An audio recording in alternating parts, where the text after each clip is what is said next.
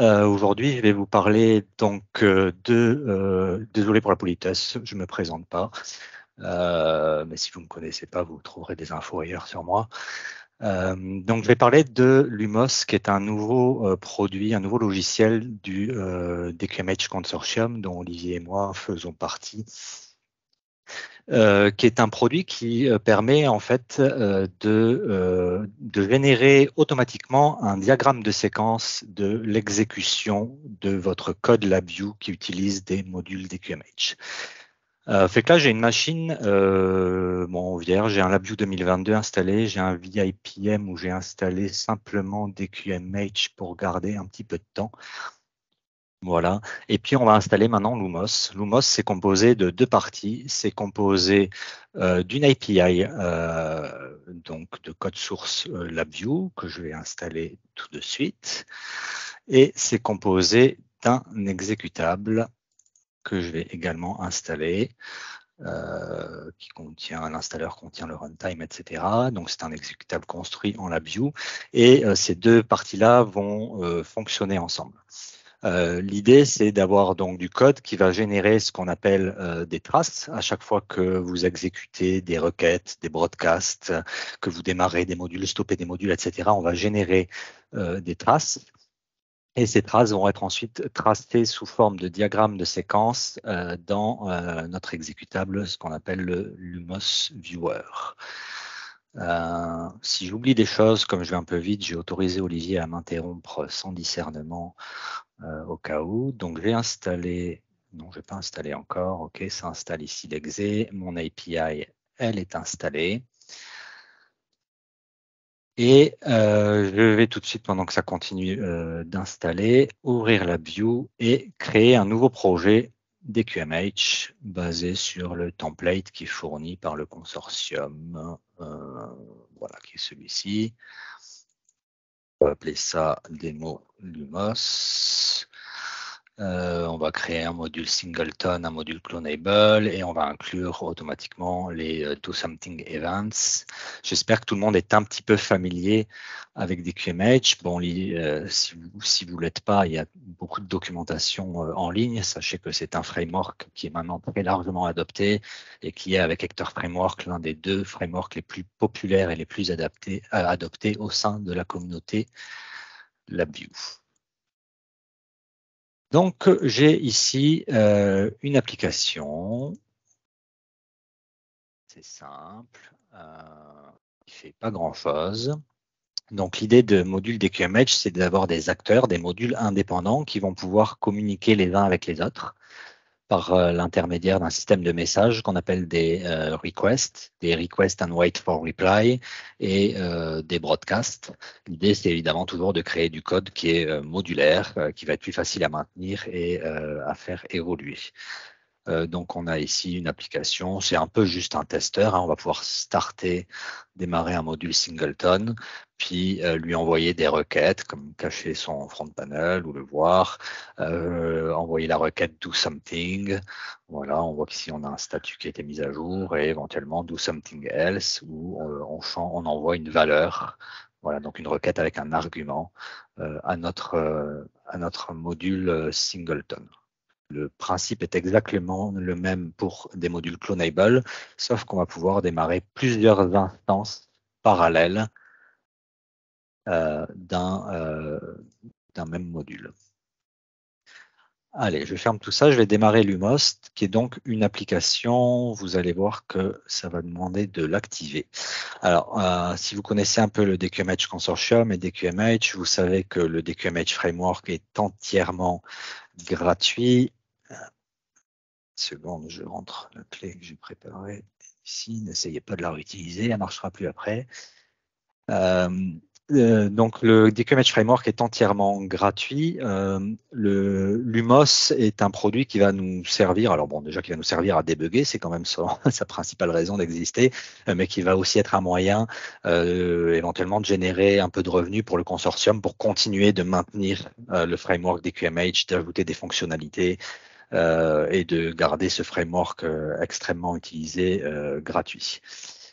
Alors, j'ai utilisé l'installeur version 1, mais on a fait des fixes depuis. Donc, je vais juste faire la mise à jour vers la dernière version.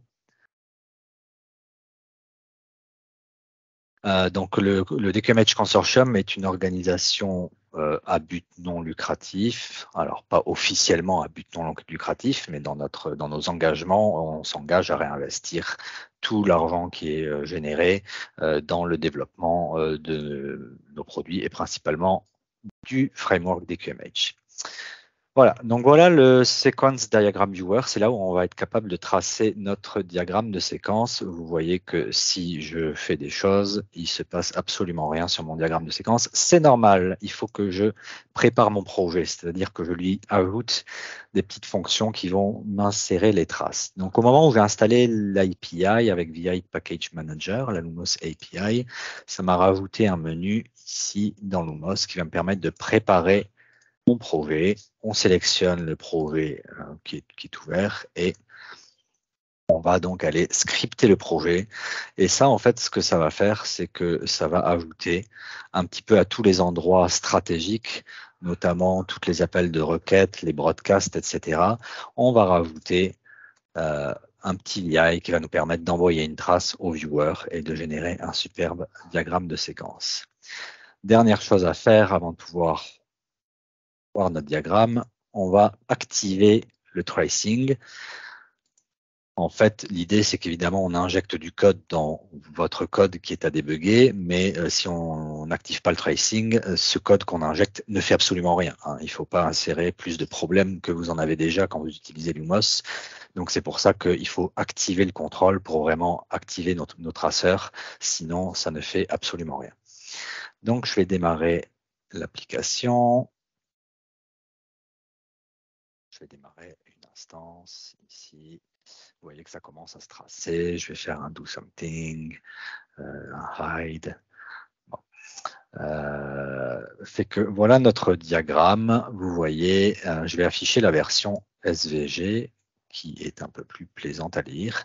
Voilà, vous voyez qu'on a notre application, hein, qui est pas vraiment un module, qui a demandé au module Singleton de démarrer. On a les timestamps, on a tous les détails, on a le moment où le module est vraiment entré en mémoire. On a ici un broadcast qui a été généré par notre module pour dire qu'il était vraiment entré en mémoire. Ensuite, on a fait une requête show panel. Pareil, on a eu un broadcast pour mise à jour du statut. On a envoyé une autre requête do something, une autre hide panel. Donc, vous voyez que ça se génère automatiquement. Pareil, si je démarre des instances de modules clonable, je peux en démarrer 2. Je peux envoyer juste à mon instance 2 un do something. Et vous allez voir ici dans notre diagramme que j'ai bien myClonable module 1 et 2 qui ont été démarrés. Et vous voyez bien ici que mon application a envoyé un do something seulement au module 2. Donc là, vous commencez à voir un peu la puissance du débugage que ça procure, puisqu'on génère vraiment un diagramme dynamique en fonction de l'exécution de votre application. On a des fonctions de filtrage, évidemment, ça peut devenir assez lourd comme diagramme assez rapidement. Donc, si on voulait voir, par exemple, juste quand je vais arrêter, je vais juste arrêter mes clonables. Si on voulait voir simplement les start and stop, on va pouvoir juste filtrer notre diagramme et voir un peu les temps de vie de quand on a démarré nos modules et quand est-ce qu'ils ont quitté la mémoire. Donc, vous avez tout un tas de filtrage par temps, éventuellement par nom de module, etc., etc. Je vais parler rapidement du divider. Quand vous installez Lumos, vous avez une palette qui s'est mise, je pense, dans Add-on, oui, DQMH Consortium, Lumos API. Bon, qu'est-ce qu'on a dans cette API? On retrouve, évidemment, on est capable d'obtenir l'information, à savoir si le tracing est enabled, est activé. On peut programmatiquement l'activer ou le désactiver. Comme ça, vous pouvez inclure ce genre de fonction dans votre exécutable. Hein. Je précise que ça fonctionne dans les exécutables. Ça va fonctionner sur des systèmes temps réel. Et vous pouvez aussi générer une trace divider qui va en fait générer vraiment quelque chose de très visible dans votre diagramme. Le temps file vite. Voyons voir si je peux l'implémenter rapidement. Je vais faire ça très simple. Je vais aller sur mon module Singleton sur la face avant et je vais me faire un petit bouton ici, Generate Divider.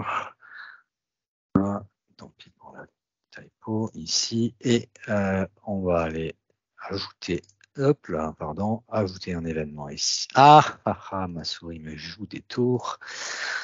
Et Generate Divider, et je vais aller ici, générer une divider avec un message. Voilà. Vous voyez que j'ai bien customisé mon LabVIEW, une machine bien propre avec tous les paramètres qu'on veut, les terminals en tant qu'icône, c'est super. Voilà. Donc, je sauvegarde ça. J'ai toujours mon Lumos qui roule ici. Je vais un peu clairer le diagramme, resetter le filter. On repart notre application. Et ici, je vais générer une trace de divider. Et vous voyez que ça crée quelque chose qui va vous permettre d'ajouter un peu des informations qui peuvent être utiles lors du débogage, des informations un peu plus custom, un peu plus personnalisées. Voilà. Bon, on n'a pas dans ces exemples de request and wait for reply, mais c'est le même principe. Je n'ai pas vraiment le temps, je vais garder un peu de temps pour des questions éventuellement. C'est une bêta pour l'instant. Vous voyez que si j'envoie du do something else, on serait supposé avoir les valeurs. On les a pas encore. C'est normal, c'est une bêta, ça va venir. C'est un logiciel qui va être disponible d'ici la fin de l'année, qui est déjà disponible en précommande. Donc, si vous êtes intéressé, vous pouvez le précommander. Ça vous permet de le payer moins cher et ça nous permet déjà d'avoir des fonds pour finir le développement, vous fournir une belle documentation générée avec Antidoc, Antora, tout ça. Et donc, c'est disponible sur le site du DQMH, dqmh.org. Si vous êtes intéressé, vous pouvez déjà faire une précommande. C'est à 249 $ américains, je crois, la licence, que vous pouvez utiliser sur 3 postes. Vous pouvez éventuellement changer de poste si vous avez besoin, désactiver, réactiver, et c'est moins cher que ça ne sera quand ça sera réalisé officiellement d'ici la fin de l'année. Voilà, merci. Et merci à toi, Mathias. Très belle présentation et merci également d'être dans les temps. Il y a beaucoup de questions. Alors, il y a des questions sur le prix, ça t'est répondu. Est-ce que ça peut remplacer le Desktop Execution Trust Toolkit, DET, par exemple? Dans un sens, oui. On va dire que c'est un petit peu plus focalisé sur l'utilisation d'un module DQMH pour l'instant. Dans le Desktop Execution Trace Toolkit, vous allez voir énormément d'informations. Vous allez voir énormément d'informations à chaque fois qu'il y a des événements. On a un framework qui est hautement basé sur les événements, donc ça peut devenir assez lourd, voire impossible à traiter cette information qui va être donnée par le Desktop Trace Toolkit. Donc ici, on a essayé de faire quelque chose qui était quand même beaucoup plus user-friendly, excusez-moi pour tous ces anglicismes, et qui va vous permettre d'avoir une information plus claire tout de suite et débugger plus rapidement. Voilà, c'est un peu comparable, mais c'est mieux. Est-ce que ça fonctionne sous Linux? Oui, alors c'est pas encore testé foolproof, mais évidemment, on s'est assuré que ça fonctionne sur tout ce qui est cible temps réel, Linux, tous les systèmes, tous les operating systems. En fait, on a une communication qui est une communication basée sur des messages UDP qui intervient entre donc votre code source et le viewer. L'idée, c'est évidemment dans des futures versions aussi de pouvoir ajouter d'autres frameworks comme le Actor Framework, peut-être même d'autres langages de programmation. On a en fait des messages JSON assez standardisés qui sont échangés. Donc, on est vraiment allé avec un design qui était cross-platform au maximum. Donc, oui. Emmanuel demande est-ce que ça consomme des ressources système? Enfin, quel est le coût en ressources système? Alors, le coût en ressources système, bon, peut-être qu'Olivier pourra répondre un peu plus précisément, mais au niveau du séquence diagram viewer, bon, déjà, c'est un exécutable indépendant, donc on est capable de monitorer ça, de monitorer les ressources de cet exécutable vraiment de manière plus précise. Évidemment, on garde pas en mémoire, en affichage, toute la trace. Vous pouvez rouler votre debug pendant des jours et des semaines si vous voulez. On va quand même limiter au bout d'un moment la mémoire qui est utilisée. N'empêche que toutes les traces sont stockées dans une base de données SQLite. Ça fait que si vous voulez quand même retourner 3 semaines en arrière, les données seront là. Mais on a quand même fait de l'optimisation de mémoire. Au niveau de l'exécution du code, bon, en fait, ce qu'on a, c'est qu'on a un événement qui est généré à un module. Donc, c'est vraiment et quelques données qui sont passées. Je dirais que si dans votre divider, vous passez 3 chapitres de livres en texte, ou pareil dans vos arguments de request, vous passez des strings très très longues ou des images ou des choses comme ça, ben évidemment, c'est des événements qui vont contenir un grand nombre de données qui pourraient éventuellement ralentir l'exécution. C'est un outil de débugage. Le but, c'est de l'utiliser quand vous avez des problèmes et des choses à débugger. C'est pas quelque chose qu'il est forcément recommandé ou c'est étape de laisser là tout le temps dans vos applications une fois qu'elles sont déployées. D'où l'API qui vous permet aussi programmatiquement d'activer le tracing ou pas. J'espère que ça répond à la question. Ça répond à la question Alors, aussi, les questions suivantes sur est-ce qu'il y a une API. Vas-y, Olivier. Ouais, je vais rajouter juste un truc par rapport aux performances. Comme Mathias l'a dit, c'est un exécutable. Donc, si vous êtes vraiment ric-rac au niveau perf sur la machine qui exécute votre application, l'exécutable, il peut être remote. C'est-à-dire que vous pouvez faire le debug remote. Ça marche. Si vous voulez débugger une appli sur un Compact Rio, et si sur votre PC, vous n'avez pas assez de ressources pour mettre Lumos, vous mettez sur une machine à côté et ça marchera. Donc, très bon point que j'avais oublié. Normalement, le maximum de c'est choses. Que ça fonctionne par le réseau et de la même manière, vous allez pouvoir débugger éventuellement plusieurs serials indépendants sur un même viewer et avoir tout ce qui arrive en même temps. Oui. V2 quand même. V2 pour un beau traçage, ouais, ça pourrait donner des résultats voilà. inattendus. Là, on ne sait pas bien ce que ça donnera, mais oui, typiquement, s'il y a 2 modules qui sont lancés, mais vous n'aurez pas une manière très simple de voir que tel module est sur le Compact Rio et tel module est sur le PC. Mais dans l'absolu, l'architecture est là pour supporter ce genre de nouvelles fonctionnalités. On a plein d'idées, hein. On a une V2, une V3, peut-être une V4 en tête. Hein. Ouais, parce que tu nous as fait l'ascenseur émotionnel, là.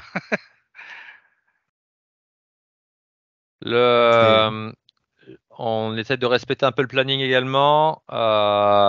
Est-ce que le Lumos fonctionnera pour une application LabVIEW Testand pour lesquelles les modules échangent de l'un à l'autre?